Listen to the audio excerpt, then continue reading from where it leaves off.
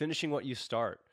That sounds like a value. I just want to mention my experience with that because I've always been a finish what you start kind of person too, like to the point that it's been detrimental. Like I think I've held on to relationships in the past just because I'm like, I'm in it, I'm gonna get, and thinking about that now, I was like, why would I stay with someone? Why would I stay with someone that long if I didn't want to be with them? Or or I think in other things too, I would just feel like, okay, I started, so I have to keep going. So that's one thing that I feel like I've actually done well is like, okay, you don't have to keep doing this. You can stop.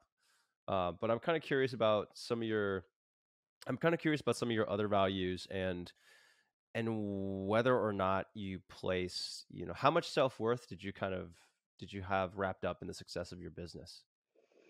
As far as like, if I left, would things have still went the same? In Like, what's my general, role? no, but like, what's in general, like how much did you base your feelings of success and your feelings of self-worth and, I gotcha. on your professional career? I mean, if I said anything other than a high amount, I'd be, not being truthful about it. I think even to this day, I still place a lot of value on those things because it's kind of like, as a man, I feel like, your word is really important and Hmm. your reputation is really important and the way that you attack things. So, like, I agree with you. Like, it is great and necessary to quit things sometimes, but not just because they're hard, right? It's like Hmm. if you quit them because you're like tapping out on something, from like a place of it's just like hard or uncomfortable, and you just don't want to push anymore. If it's like really impacting your mental health or something, like I get that side of it, but I think for me, the values that I had around my sense of self-worth were probably pretty high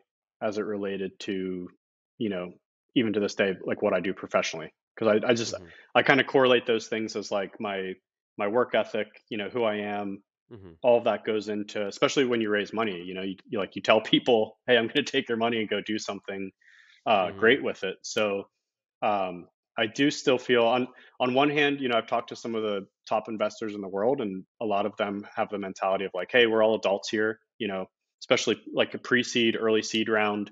If you try something, it doesn't work out, like it's okay, like no big deal. And I think I've matured in that sense. But like what I just wouldn't be able to deal with is like if I took someone's money and then just decided like, I'm just not really having fun with this anymore. Like, you know, Yeah. no thanks. Yeah. Well, I don't want to.